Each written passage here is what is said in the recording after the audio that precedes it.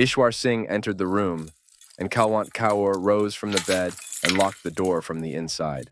It was past midnight. A strange and ominous silence seemed to have descended on the city.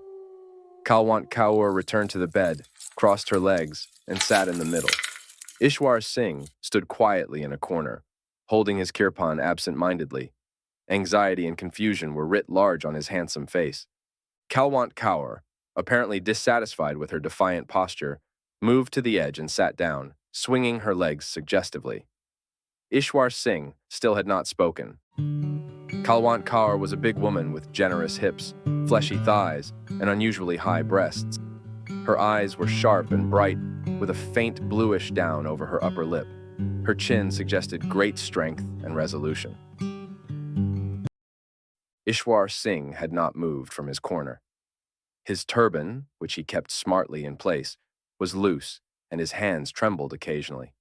However, from his strapping, manly figure, it was apparent that he had just what it took to be Kulwant Kaur's lover. More time passed. Kulwant Kaur was getting restive. "Ishar Singh," she said in a sharp voice. Ishar Singh raised his head and turned away, unable to withstand Kulwant Kaur's fiery gaze. This time she screamed, "Ishar Singh." Then she lowered her voice and added, "Where have you been all this time?" Ishar Singh moistened his parched lips and said, "I don't know." Kulwant Kaur lost her temper. "What sort of a motherfucking answer is that?" Ishar Singh threw his kirpan aside and slumped on the bed. He looked unwell. She stared at him, and her anger seemed to have left her. Putting her hand on his forehead, she asked gently, "What's wrong?" "Kulwant?" He turned his gaze from the ceiling and looked at her. There was pain in his voice, and it melted all over Kulwant Kaur. She bit her lower lip. Ishar Singh took off his turban. He slapped her thigh and said, more to himself than to her, "I feel strange." His long hair came undone, and Kulwant Kaur began to run her fingers through it playfully. "Ishar Singh, where have you been all this time?"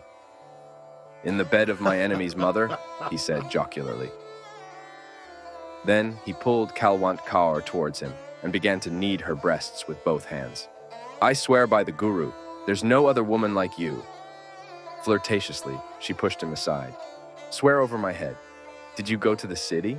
He gathered his hair in a bun and replied, "No." Kulwant Kaur was irritated. "Yes, you did go to the city, and you looted a lot more money, and you don't want to tell me about it." "May I not be my father's son if I lie to you," he said. She was silent for a while, then she exploded. "Tell what happened to you the last night you were here. You were lying next to me, and you had made me wear all those gold ornaments you had looted from the houses of the Muslims in the city, and you were kissing me all over, and then, suddenly, God only knows what came over you. You put on your clothes and walked out." Ishar Singh went pale. "See how your face has fallen," Kulwant Kaur snapped. "Ishar Singh," she said, emphasizing every word, "you're not the man you were 8 days ago. Something has happened." Ishar Singh did not answer, but he was stung. He suddenly took Kulwant Kaur in his arms and hugged and kissed her ferociously. "Johnny, I'm what I always was. Squeeze me tighter so that the heat in your bones cools off." Kulwant Kaur did not resist him, but she kept asking, "What went wrong that night?" "Nothing. Why don't you tell me?" "There's nothing to tell." "Ishar Singh, may you cremate my body with your own hands if you lie to me." Ishar Singh did not reply. He dug his lips into hers. His mustache tickled her nostrils, and she sneezed. They burst out laughing. Ishar Singh began to take off his clothes, ogling Kulwant Kaur lasciviously. "It's time for a game of cards." Beads of perspiration appeared over her upper lip. She rolled her eyes coquettishly and said, "Get lost." Ishar Singh pinched her lip, and she leapt aside. "Ishar Singh, don't do that. It hurts." Ishar Singh began to suck her lower lip, and Kulwant Kaur melted. He took off the rest of his clothes. "Time for a round of trumps," he said. Kulwant Kaur's upper lip began to quiver. He peeled her shirt off as if he was skinning a banana. He fondled her naked body and pinched her arm. "Kulwant, I swear by the Guru, you're not a woman. You're a delicacy, he said between kisses. Kulwant Kaur examined the skin he had pinched.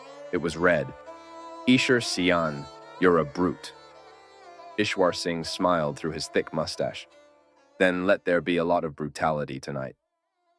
And he began to prove what he had said.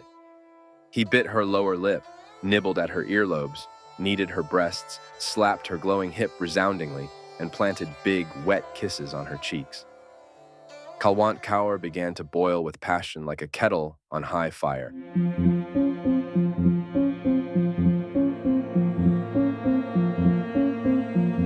But there was something wrong. Despite his vigorous efforts at foreplay, Ishar Singh could not feel the fire that led to the final and inevitable act of love. Like a wrestler being had the better of, he employed every trick he knew to ignite the fire in his loins, but it eluded him. He felt cold. Kulwant Kaur was now like an overtuned instrument. Ishar Singh, she whispered languidly, you have shuffled me enough. It is time to produce your trump. Ishar Singh felt as if the entire deck of cards had slipped from his hands onto the floor. He laid himself against her, breathing irregularly. A drop of cold perspiration appeared on his brow. Kulwant Kaur made frantic efforts to arouse him, but ultimately she gave up. Furiously, she sprang out of bed and covered herself with a sheet. Ishar Singh, tell me the name of the bitch you have been with who has squeezed you dry. Ishar Singh just lay there panting. Who was that bitch? She screamed. No one, Kulwant. No one, he replied in a barely audible voice. Kulwant Kaur placed her hands on her hips. Ishar Singh, I'm going to get to the bottom of this. Swear to me on the Guru's sacred name. Is there a woman? She did not let him speak. Before you swear by the Guru, don't forget who I am. I am Sardar Nihal Singh's daughter. I will cut you to pieces. Is there a woman in this? He nodded his head in assent, his pain obvious from his face. Like a wild and demented creature, Kulwant Kaur picked up Ishar Singh's kirpan, unsheathed it, and plunged it into his neck. Blood spluttered out of the deep gash like water out of a fountain. Then she began to pull at his hair and scratch his face, cursing her unknown rival as she continued tearing at him. Let go, Kulwant. Let go now, Ishar Singh begged. She paused. His beard and chest were drenched in blood. You acted impetuously, he said, but what you did, I deserved. Tell me the name of that woman of yours, she screamed. A thin line of blood ran into his mouth. He shivered as he felt its taste. Kulwant, with this kirpan, I have killed 6 men. With this kirpan with which you... Who was the bitch, I ask you? She repeated. Ishar Singh's dimming eyes sparked into momentary life. Don't call her a bitch, he implored. Who was she? She screamed. Ishar Singh's voice was failing. I'll tell you. He ran his hand over his throat, then smiled wanly at it. What a motherfucking creature man is. Ishar Singh, answer my question, Kulwant Kaur said. He began to speak, very slowly, his face coated with cold sweat. Speaking very slowly, Ishar Singh said, Kulwant, Johnny, you can have no idea what happened to me. When they began to loot Muslim shops and houses in the city, I joined one of the gangs. I brought back all the cash and ornaments that fell to my share. There was only one thing I hid from you. He began to groan. His pain was becoming unbearable, but she was unconcerned. Go on, she said in a merciless voice. Ishar Singh continued talking with pain and remorse in his barely audible voice. There was this house I broke into. There were 7 people in there. 6 of the men whom I killed with my kirpan, one by one. And there was one girl. She was so beautiful. I didn't kill her. I took her away. She sat on the edge of the bed, listening to him. Kulwant Johnny, I can't even begin to describe how beautiful she was. I could have slashed her throat, but I didn't. I said to myself, Ishar Singh, you gorge yourself on Kulwant Kaur every day. How about a mouthful of this luscious fruit? I thought she had gone into a faint, so I carried her over my shoulder all the way to the canal, which runs outside on the grass, behind bushes. At first, I thought I would shuffle her a bit, but then I decided to trump her right away. What happened? She asked. I threw the trump, but... His voice sank. Kulwant Kaur shook him violently. What happened? Ishwar Singh opened his eyes. She was dead. I had carried a dead body, a heap of cold flesh. Johnny, give me your hand. Kulwant Kaur placed her hand on his. It was colder than ice.